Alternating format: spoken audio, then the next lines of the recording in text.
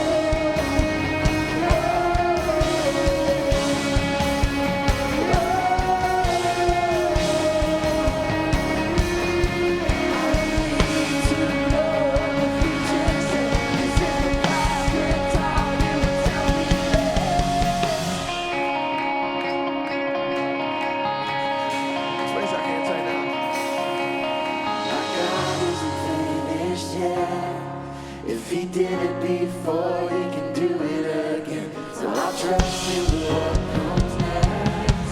As my hindsight says, I can count on it. My God is finished. And he did it before, he can do it again. So I'll trust in what comes next. God, I know he's done faithful. My hindsight says I can trust him when he won't fail. God, I know he's done faithful.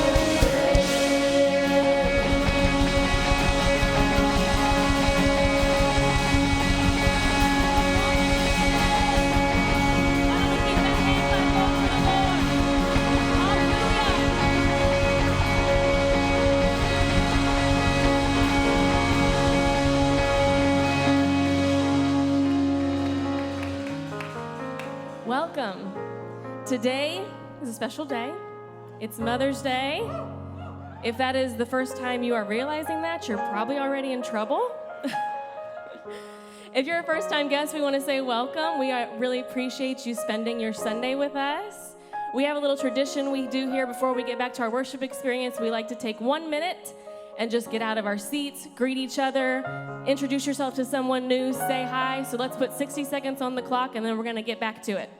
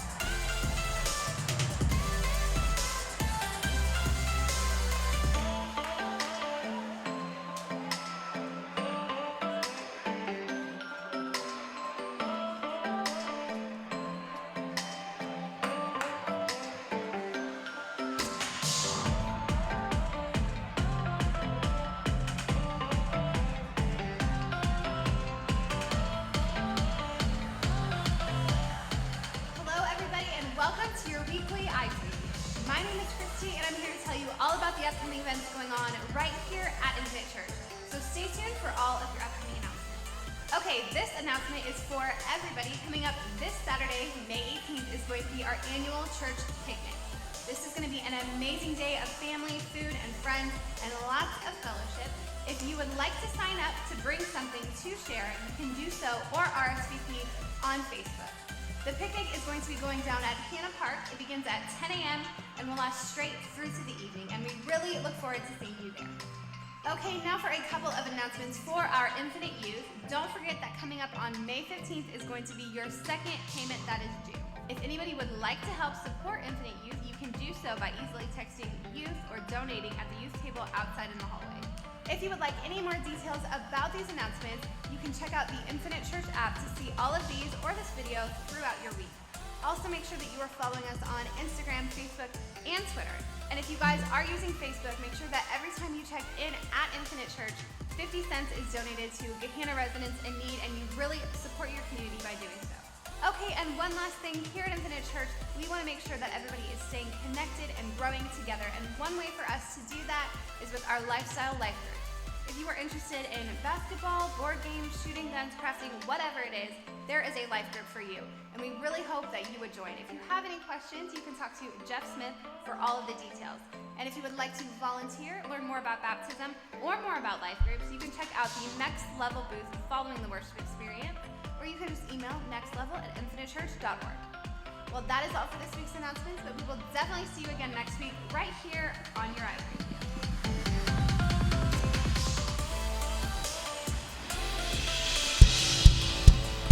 Let's all raise our hands real quick. We're going to do a new song here. Super simple, but I want us to sing this together. The lyrics are Jesus Our Redemption. our salvation is in his blood. So let's sing this all together, and let's just worship God with everything we have. Here we go.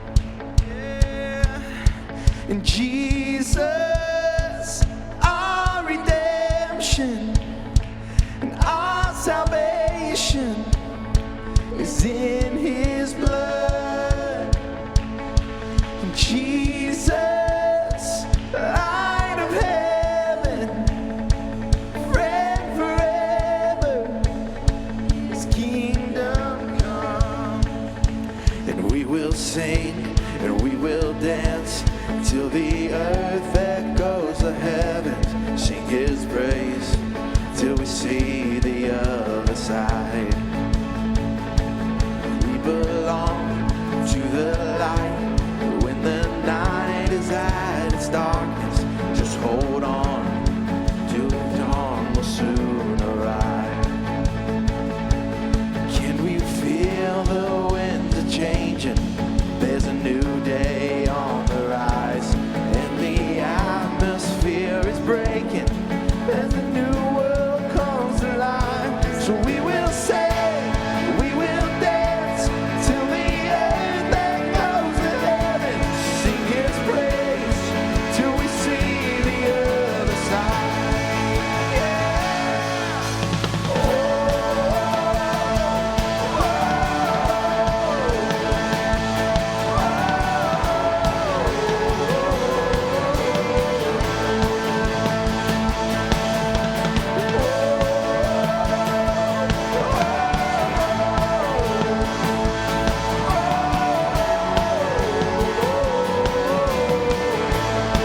Can you feel the winds are changing?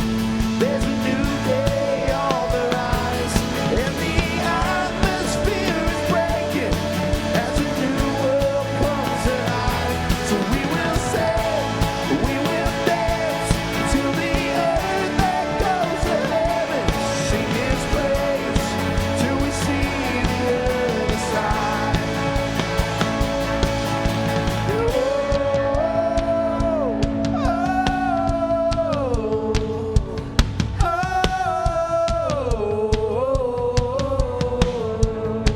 Listen to this right here. And I've got a feeling that darkness won't last very long. And I've got a feeling that darkness won't last very long. Sing that with us. Yeah, I've got a feeling that darkness won't last very long. Oh, I've got a feeling that darkness won't last very long. I've got a feeling. No, it won't last. 'Cause I've got a feeling that darkness won't last very long.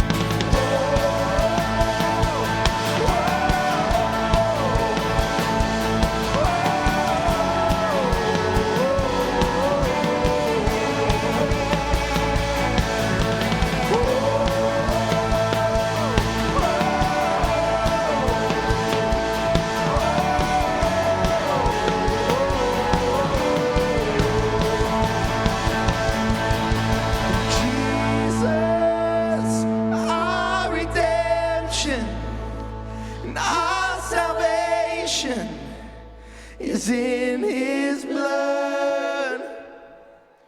Jesus, light of heaven, friend forever, his kingdom come.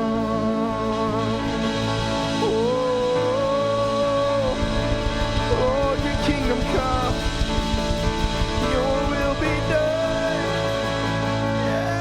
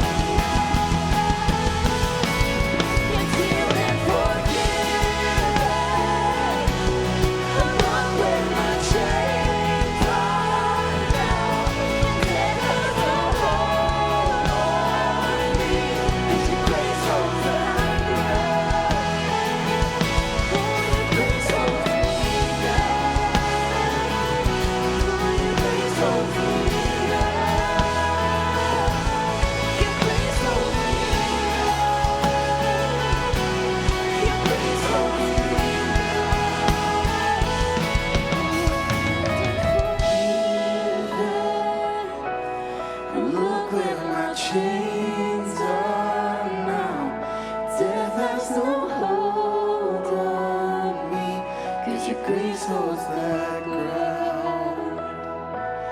Your grace holds me now. Jesus. Your grace holds that now. Thank you, Jesus.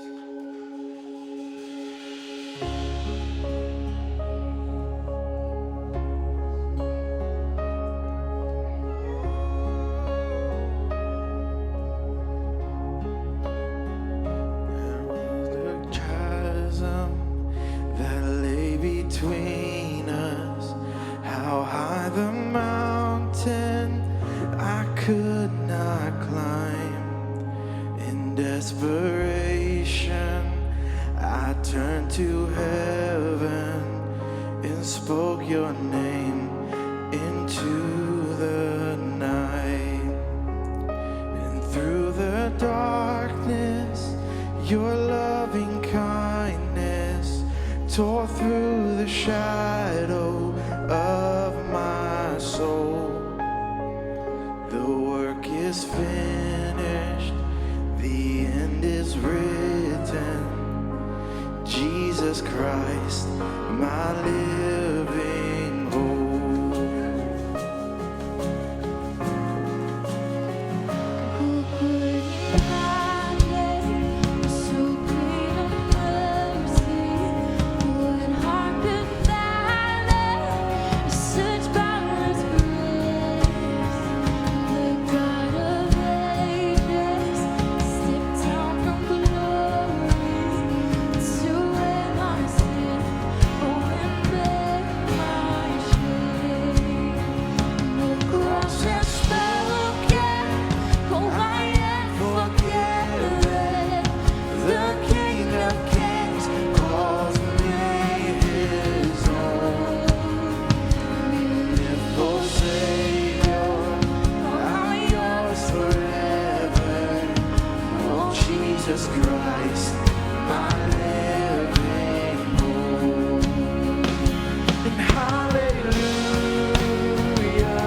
praise the one who set me free. Hallelujah, death has lost its grip on me. You have broken every chain. There's salvation in your name, Jesus Christ, my living hope. Then came the morning that sealed the promise. Your buried body began to breathe, and out of the silence, the roaring lion declared the grave has no claim on me.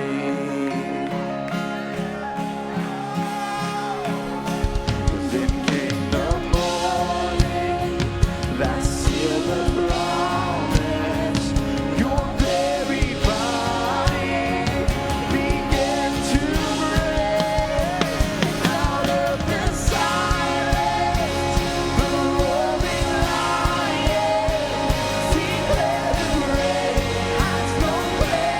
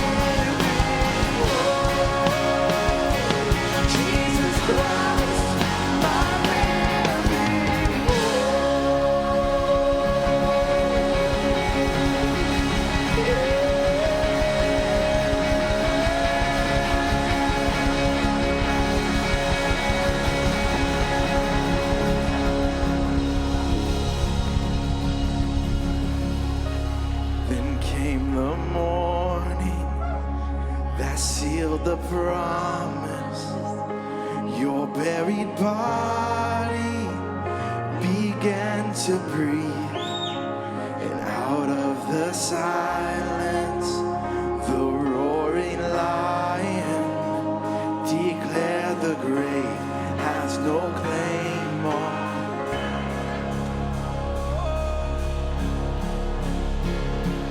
Then came the morning that sealed the promise.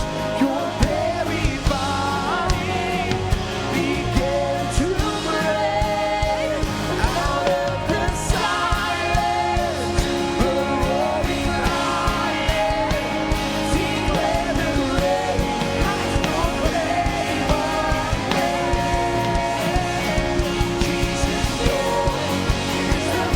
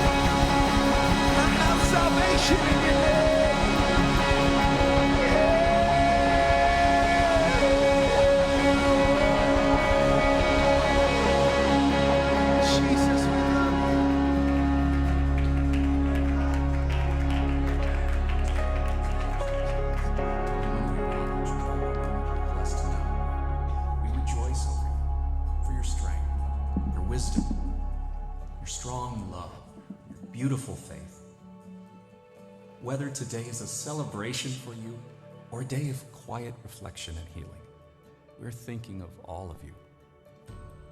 If you gave birth this year to your first child, our joy overflows and we celebrate with you.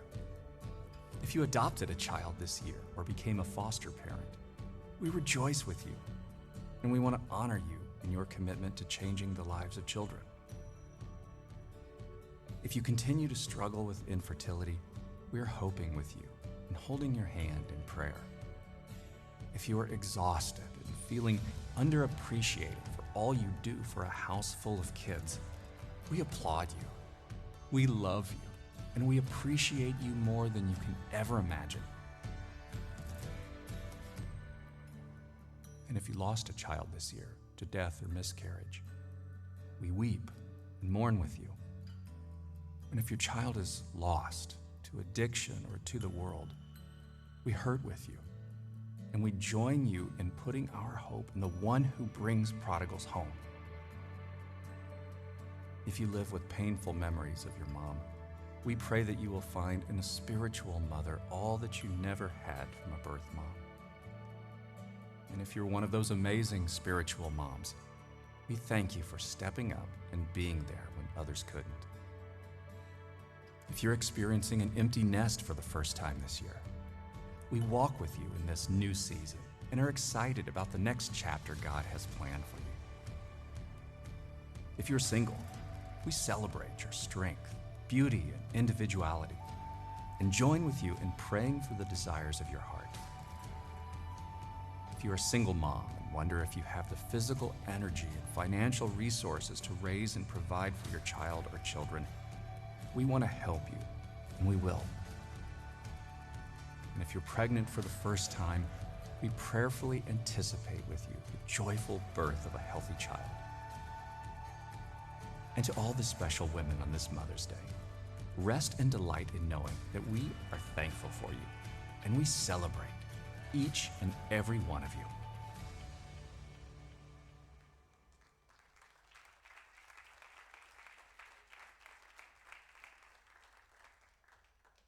Happy Mother's Day to all of our mothers here. And a step further, ladies, today we are going to celebrate you, all of you today. This morning, I want to talk to you about the waiting room. We've all experienced time in the waiting room here, whether it be in a dentist office, a doctor's office, we're waiting for a plane, we have a delayed flight.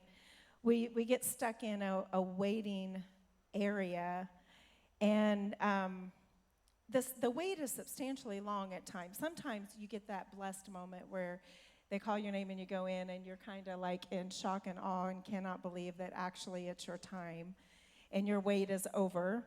And then there's times, if you're like me, my husband is so good to judge me on this. If I am supposed to be somewhere at 10 o'clock, I'm going to be there about 3 to 5 minutes till. Especially if I'm going to someone's house or if someone's invited me to something special, I don't want to show up. If they've invited me out to dinner, I don't want to get there 30 minutes early and go get the table for them to pay for my dinner. It just seems kind of a little odd to me. Now, my husband, isn't he wonderful? He is wonderful. Well, he's the 30-minute type. My dad was the 30-minute type. My dad and I never had words except over time. And I would look at him, and as respectfully as I could say, I would say, I will never marry anybody like you on time. But I did. If there was anyone worse, it would be the man I married on being prompt and on time, because that's 30 minutes early. But for me, waiting rooms, I don't like waiting. I don't like getting in a room and being stuck and sitting there waiting 45 minutes and I'm watching my time because I plan things with like a 5-minute break. So I will at times say, okay, man, for the last 3 appointments, I would line the kids up. I tried to make sure that we had appointments close together. But if you're a mom and you have multiple children and you sit in a waiting room with them and it's 45 minutes, that is the most miserable 45 minutes you will ever spend. I don't care how many wooden toys they put in the corner, and most of those are covered in germs anyway, and so you are going to be miserable. So I'll be like, okay, so if I leave and I get about 10 minutes late, I should only have 20 minutes. And then you go in and they'll say, Mrs. Condon, we're so sorry that you missed your appointment. We've rescheduled you for next month. And I'm like, well, that's great, because last month I waited 45 minutes. So waiting rooms, they just are like not fun. And they're not forgiving. Like, you just sit there and wait. And so I want to share with you spiritually, there's a waiting room. And we have all been in that. And some of us may be in it today. I'm going to be reading a lot out of the 1 Samuel, the first chapter. And while you're turning to that, I want to summarize where we are in this story. So this is Hannah. Hannah is spoken about many times because she struggled with infertility and wanted to be a mother and was unable to be a mother. But I want to take you to where Hannah went, and that was into a waiting room. Hannah, she was married to Elkanah. He loved her so much. And the Bible speaks about his love that he had for her. But there was this one area in her life that she could not quite get over, and that was the fact that she wanted to be a mother. To complicate the situation in this day and time, Hannah, although she was Elkanah's first wife, she was not his only wife. And if you don't have Pastor Mark's number, come up and see me afterwards. I'll be happy to share that with you, and you can bring all those questions to him. But in that time, there were often more than one wife. Now, I'm not sure how those men were able to do that, because Mark and I have been married 33 years, and he doesn't understand me yet. So I cannot even imagine if he had to understand somebody else too. But Hannah was not the only wife. And so Peninnah, she was also married to Elkanah. The difference, the two main differences were, number one, his love, his extreme love was to Hannah. But Peninnah had the children, multiple children. Now, Peninnah, she was a mean girl. She could see that she was not the loved and adored more than anyone else in the world one. That was for Hannah. But she had what Hannah wanted, and that was she had children. And so she would taunt her. The Bible said she would provoke her severely. And it got to the place to where the provoking was not just at home. The provoking went to the place of worship. The Bible says as they would gather and go yearly to make their sacrifice, Elkanah would divide up the sacrifice amongst his family, where each one had a sacrifice to bring. But when Hannah would go forth before the Lord, she went as one with no children. So the Bible says Elkanah gave her a double portion. And she went with more children. With more sacrifice. And she was taunted there. The Bible says that she was at probably a feast in those days, sitting at a table and was getting ready to eat. And she could not take the provoking anymore. Hannah pushed away from the table, and she went into the altar. And this is where we're going to pick up reading in verse 10. And she, meaning Hannah, was in bitterness of soul and prayed to the Lord and wept in anguish. Then she made a vow and said, O Lord of hosts, if you will indeed look on the affliction of your maidservant and remember me and not forget your maidservant, but will give your maidservant a male child, then I will give him to the Lord all the days of his life, and no razor shall come upon his head. And it happened as she continued praying before the Lord that Eli watched her mouth. Now Hannah spoke in her heart. Only her lips moved, but her voice was not heard. Therefore Eli the priest, thought she was drunk. So Eli said to her, How long will you be drunk? Put away the wine from you. But Hannah answered and said, No, my Lord, I am a woman of sorrowful spirit. I have drunk neither wine nor intoxicating drink, but I've poured out my soul before the Lord. Do not consider your maidservant a wicked woman, for out of the abundance of my complaint and grief I have spoken until now. Then Eli answered and said, Go in peace, and the God of Israel grant your petition, which you have asked of him. And she said, Let your maidservant find favor in your sight. So the woman went her way and ate, and her face was no longer sad. Hannah's desperation left her with a choice. Her choice was to be mean back. Her choice was to stomp her feet and go to her husband and say, Hey, listen, there's a problem in the house. Her choice was to slam her verbally, Well, he loves me more than you. I mean, come on, ladies. Sometimes there's a little drama when we feel in competition, possibly at times. But Hannah didn't do that. Hannah went to the altar. She fell and in sorrowful and bitterness, the Lord said, in bitterness of spirit. There are times things happen to us and we do get bitter. And there's only one thing to do with that. As fast as you can possibly do it, give it back to him. And that is what Hannah did. Hannah went and began to give her bitterness back to the Lord. And she began to pour out her heart to him in her desperate season on the floor. And this morning, I want to be vulnerable with you.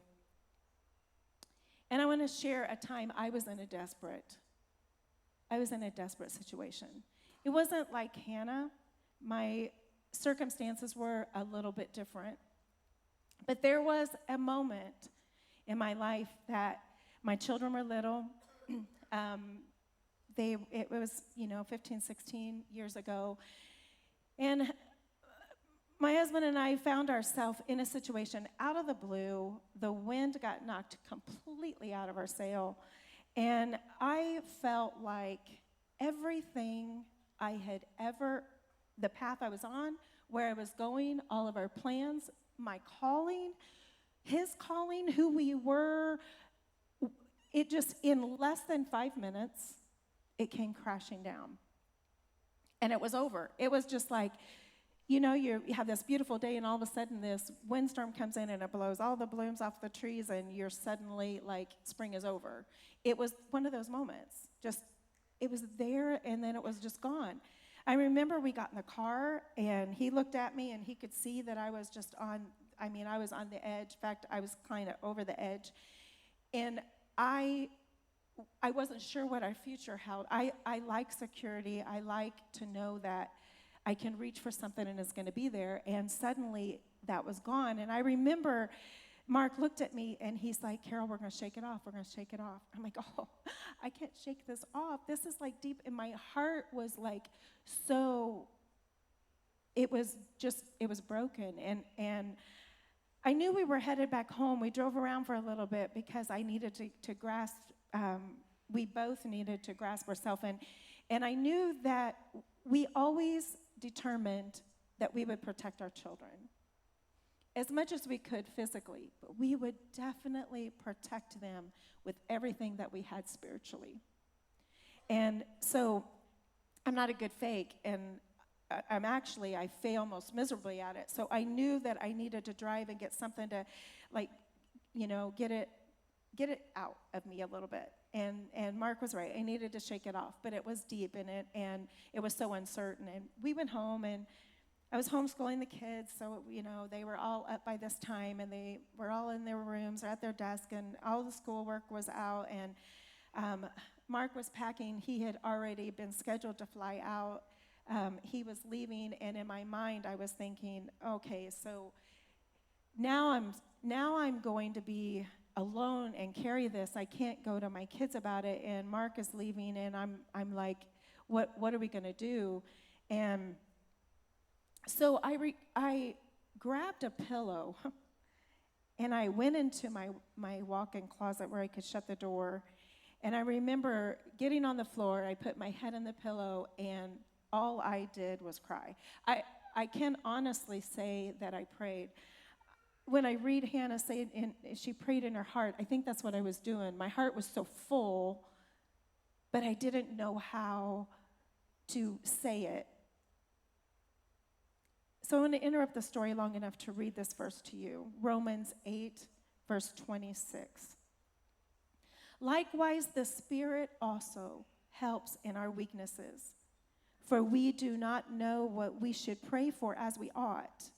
But the Spirit himself makes intercession for us with groanings which cannot be uttered. And that's what was happening in my closet. And I began to pour it out. Every time I would feel it, I would go in, and I would clean myself up, and I would go back out. And it was Tuesday night. I knew the next day was a Wednesday. Took Mark to the airport, and I suddenly realized that Wednesday, that was church.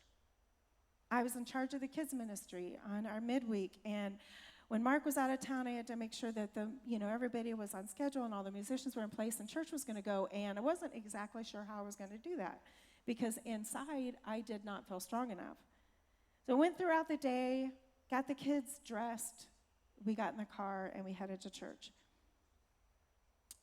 Took a couple of them back to the youth center, brought the others up, opened the door, and I said, hey guys, run on into class, I'll be in there in a minute. And I went and parked the car. It was winter, and it was dark. And I set my car, put my keys in my hands, and I said the words, I can't get out of this car. I can't go in and pretend like nothing. And my phone rang. I looked at my phone. It was a different number, a number I didn't, no caller ID. It was before the 500 robocalls we get every single day, so I actually answered. And I hear this voice on the other end, and he said, Carol, and he gave me his name. He said, I've worked with Mark on a lot of his music. He said, I'm in Texas. He said, the Lord literally spoke to me and told me that I'm supposed to tell you something, and I don't even have your number. I had to call and find your number, but I need to know, first off, are you okay? Well, I said, actually, no, I am not okay. I'm sitting in my car. I'm looking at the church doors. I'm supposed to teach, and I am stuck, and I can't get out. And he said, well, then what the Lord told me to tell you makes sense. And he said, you get out of your car. You go put your hand on the doorknob. And you say, Lord, if you have truly called me, allow the leader to rise out of my brokenness, and you go in there and lead. And I knew the bizarre situation of him calling me, and he went on to explain that he was in the middle of an orchestra recording, and he stopped and gave everyone a break. I've been in the studio with him before. He doesn't stop give anybody a break when he's on the clock. And I knew then that God had called him to call me. He's never called me ever again, one time only. So I got out of the car. I walked over to the church door, and I stood there in the dark, and I said, God, if there is a leader inside of me, I'm going to put my hand on this doorknob, and that leader will arise. And I opened the door, and I walked in. My circumstances had not changed, not a bit. I was as broken as I had ever been, but I walked in that door, and something happened to me that day. I walked up to the platform. I looked at the schedule. I saw everybody was there, saw everything was good. I walked back. I grabbed my class. We had class as normal, and I made it until I got back to my car. And I got my kids, and I went home. And I realized that in my waiting, God was strengthening me to do exactly what he called me to do, and that is exactly what I did. I would love to tell you that it just got better. Moms, we kiss boo-boos and we make it better. If you get a Band-Aid and if you get a colorful one and one of their favorite character on it, then the boo-boo gets better quicker. But that doesn't happen with life. Life happens by when we go and we pour our heart out to the Lord and we say, here's where I am. Can you please help me find sense of where I am? And those moments of being completely honest with the Lord. And he said to be angry and sin not. He didn't say, don't ever be angry. Just give your anger to the right person. Give the anger to somebody who can do something with it. So we began this journey, and it wasn't an easy one. And at the time, Mark was traveling every week, and so I was in my room where it seemed this waiting room was a long time. It was not stopping, and it just kept going. And I went in to pray one night, and I decided, I've heard Mark angrily pray, and I always pray for him when he angrily prays. Because I always feel like, oh, don't say that. Don't say that to him. Don't say that. But this time I was by myself, and I could go, well, we don't live there anymore, but if we could get in the house, I could take you to the exact spot. And I was walking back and forth in our bedroom, and I was praying. And I remember like hitting myself saying, now God, listen, we have always been faithful in our tithes. We've always been faithful in our offerings. We've always gone to church, sick or not, except contagious. We've always done work days. We've done paint days. We've made subs. We've made pizzas. We've sold them. We've marched in parades. We've done everything. We've held back nothing. And there has been absolutely months and months and months and months of not hearing you. And I am pulling a Mark Condon in prayer, telling God exactly where I was. And out of about 3 times in my entire life, I heard the Lord speak to me these simple words. I have been speaking to you, but you have allowed your pain to be louder than my voice. And I knew that was him, because that was definitely not me. I grabbed my phone, I called Mark. I don't remember where he was at the time. I said, Mark, God just literally spoke to me right now. I've allowed my pain to be louder than his voice. I'm not hearing him. He's not directing me because I'm too busy telling him how bad I hurt. And I need to give it to him. And he just stopped me in my tracks. And was I out? No, we were smack in the waiting room with no hope of being seen. I mean, the doctor was not in physically in our waiting room. So my phone rings again. And I pick it up, and there's a lady on the other end. States away, she said, I've been praying for you. She said, I know that we don't really know each other well, but you've helped my son a lot at camps. And I asked the Lord, if I can ever do something for Carol Condon, would you please let me know? And she goes, that's kind of been a prayer. It's been like 10 years, and I just woke up from a dream, and I was walking past a swimming pool. I looked inside a swimming pool, and I could see a body that was like underwater. And I looked and realized, as all of a sudden a head would pop out and take a deep breath and go back under, I realized that it was you. And I began to scream. We were in a hotel, and I was screaming for help. I was calling for security. I'm like, Carol Condon's drowning. She's in the water. She's drowning. We need help. And no one was coming, so I began to cry and pray to God, do you see Carol? Can you please get Carol? Carol's drowning. Somebody's got to save her. And she goes, the Lord spoke to me and said, you tell Carol that my hand is right under the surface. Lay her head in my hands. I am not pulling her out, but I will allow her to breathe. And she said, does that make sense to you? And I said, yes, it does, and that's actually not the interpretation that I wanted at all. Not even the slightest. I wanted to be pulled out. And I told her, I said, actually, I am drowning. I've even said those words, I'm drowning. And he's like, Carol, he's got you.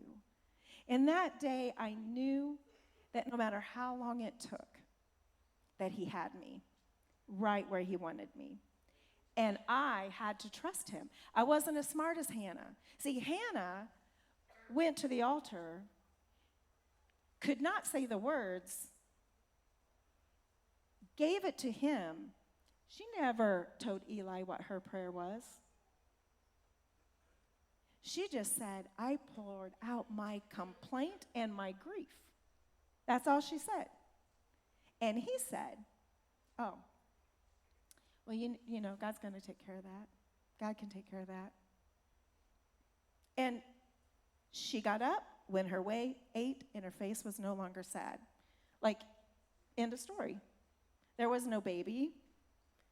She went back to the feast. She went back to the banquet table and sat down amongst her tormentor and began to eat her, by now, cold dinner. But she trusted, knowing that God had her, and her face was no longer sad. Lamentations 3:25 and 26 says, the Lord is good to those who wait for him. To the soul who seeks him, it is good that one should hope and wait quietly for the salvation of the Lord. Now that's kind of a toughie. To hope and wait quietly, because we like to have the body language to match our mood, because then that causes people to ask what's wrong, and we get to tell them, oh, I just answered their question. I didn't offer that to them. They wanted to know what was wrong. So we have our little body language that will allow somebody, or we don't say a word, but we type it. Good heavens, that's worse than speaking to your neighbor, because that goes all the way across the world. But we'll type out our thoughts in hope that somebody will say, oh, so sorry. What's the matter? Oh, never mind, I can't say it. Hope and wait quietly. The waiting room. That place between the altar and the answer. That long space of time. But Hannah, after a little length of time, finds herself with child. I'm going to pick up back in 1 Samuel chapter 1. She has her child, and she tells Elkanah, I ask for a child, and said, if you will give me one, I'll give him back. Now, that's like saying, Lord, I really need a job. If you'll give it to me, I'll have them write out the checks to Infinite Church every day. Why would you want a job? If you don't have the money, you're just going to turn around and give all of it away? She wasn't promised more children. She couldn't have any children. She prayed for one and she said, if you will just allow me to be a mother, I'll give him back. All the days of his life, I'll give him back. So here's where we are. 1 Samuel 1, we're going to begin reading at verse 21. Now the man Elkanah and all his house went up to offer to the Lord the yearly sacrifice and his vow. But Hannah did not go up, for she said to her husband, not until the child is weaned, then I will take him, that he may appear before the Lord and remain there forever. So Elkanah, her husband, said to her, and these are like, I want every father in the building to listen to these words. Do what seems best to you. Wait until you have weaned him. Only let the Lord establish his word. Be really sure, Hannah. Make sure God really makes your heart sure that this is what you are to do. Then the woman stayed, nursed her son until she had weaned him. Verse 26. Okay, so she's had the child. Now she goes back.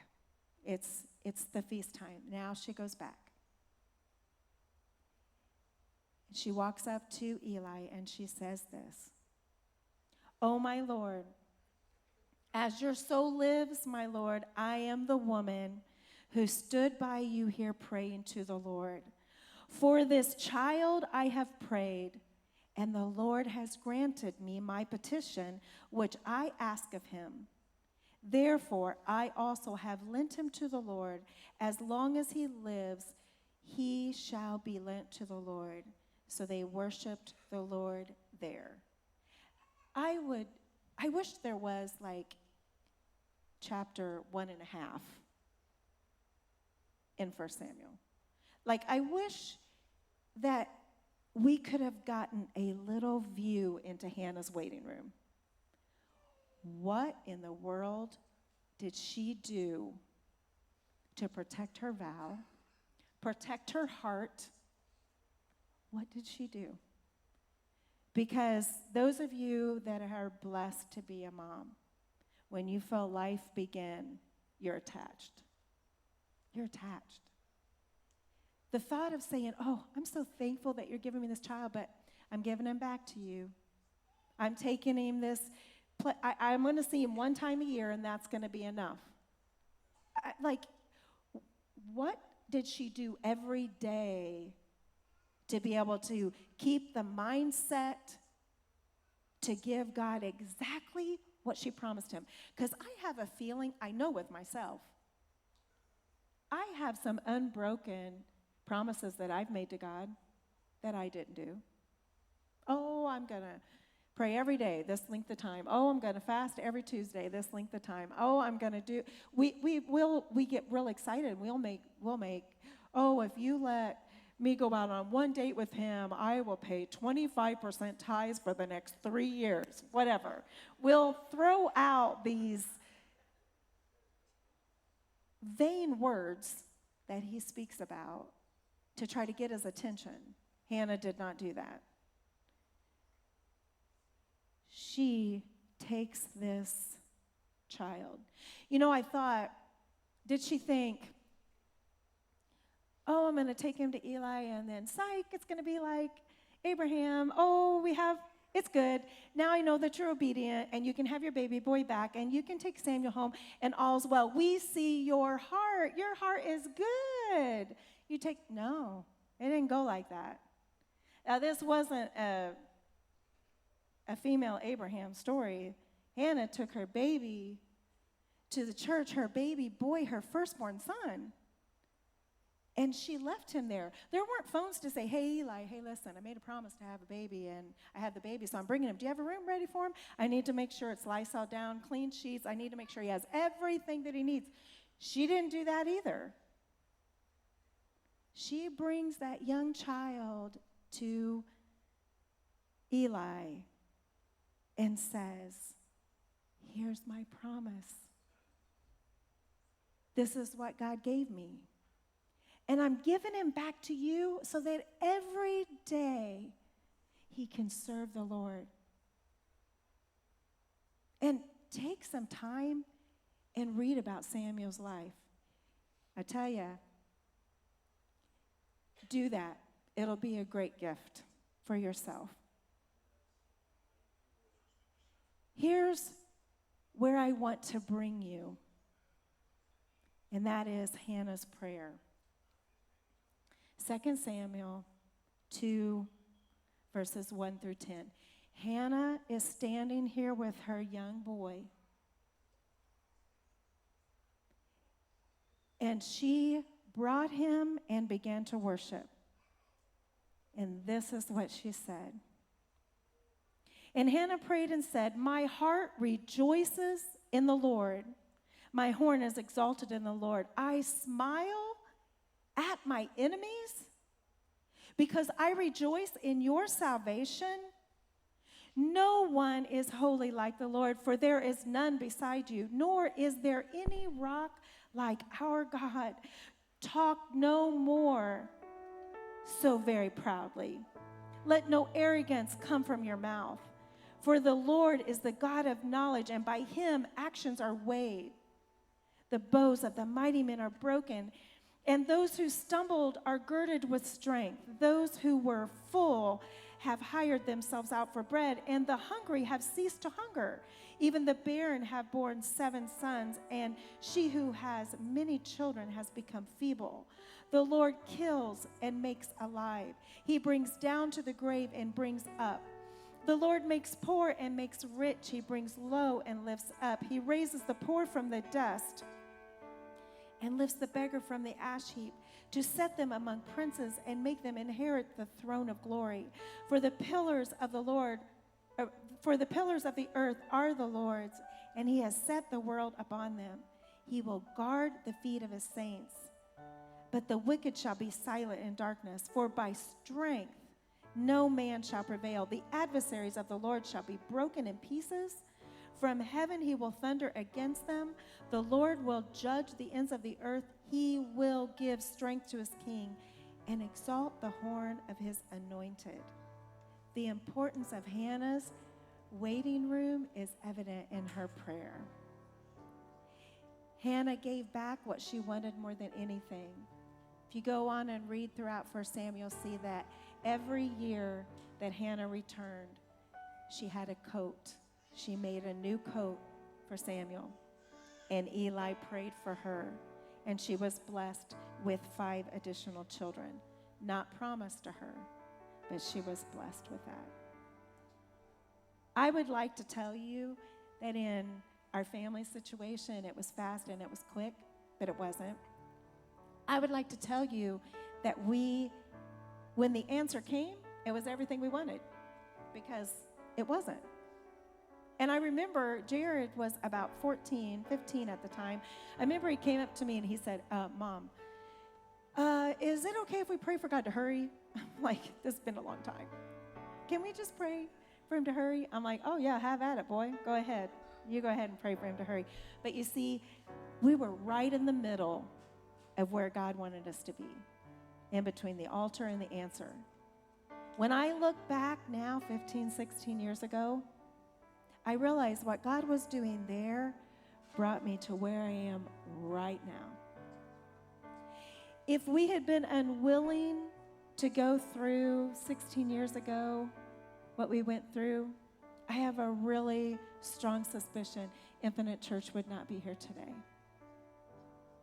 The answer wasn't quick, the answer wasn't fast, but the answer was everything it was supposed to be. We were right in the middle. We can't go back to the beginning and change everything. We can't say, okay, no, wait a minute, we're just going to start this all over. We can't. In this room, I want to go beyond the ladies. I want to go to every single person that is here. We have disappointments. We have things that have gone wrong. We've made decisions. We've had decisions made for us. We found ourselves hurt and broken and in a spot where nothing is moving. The waiting room, just waiting. But don't you want to have a Hannah's prayer? Don't you want to look on the other side of it and be able to say, oh, Lord, so full of grace and mercy, look what you have done. When I see my children in ministry today, sometimes it's more than I can hold inside. Because of those times of shoving a pillow in my mouth so they would not hear that I was broken from a church, from a leader, from somebody that was supposed to be safe. I could have let my kids know. I could have let my kids look at the church and say, how dare you hurt my mother like that? But it's so much better to go into a closet and shove a pillow in your mouth and say, these groanings, God, will you interpret them and answer my prayer? Can you find our family where they are? We can't go back, and we can't control where we are except getting up every time and going, giving him praise and handing him. Would we like to change our circumstances? Absolutely. But have you ever thought that where you are the circumstances that he needs you to have because he has a plan? And his plan is greater than yours or mine? If you'll stand with me, please. As they begin to sing, I want you to listen to the words. I want you to personalize them to where you are. That we can't go back to the beginning. We can't control what tomorrow may bring. But I know here in the middle, that place between the altar and the answer is the place you promised you'll be. If you have a broken plan, if you have a heartache, if things have gone just a little slow, and you're wanting God to really go after it for you, will you come and join us today? Will you come and offer it? Maybe you don't know how to pray the words. It's okay. Hannah didn't either. But he knows what they are because he knows our hearts. And he can hear. So I would love for you to join us today. Hey, it's Jordan. Thanks so much for connecting with us and tuning into our live stream. We hope this service blessed you. If you have any prayer requests, you can always connect to us at our website at infinitechurch.org. Also connect with us through social media, Facebook, Instagram, Twitter. And at Infinite, we have a final act of worship where we give our tithe and offerings. You can do so by downloading the app or texting 84321. Thanks. We'd love to see you soon.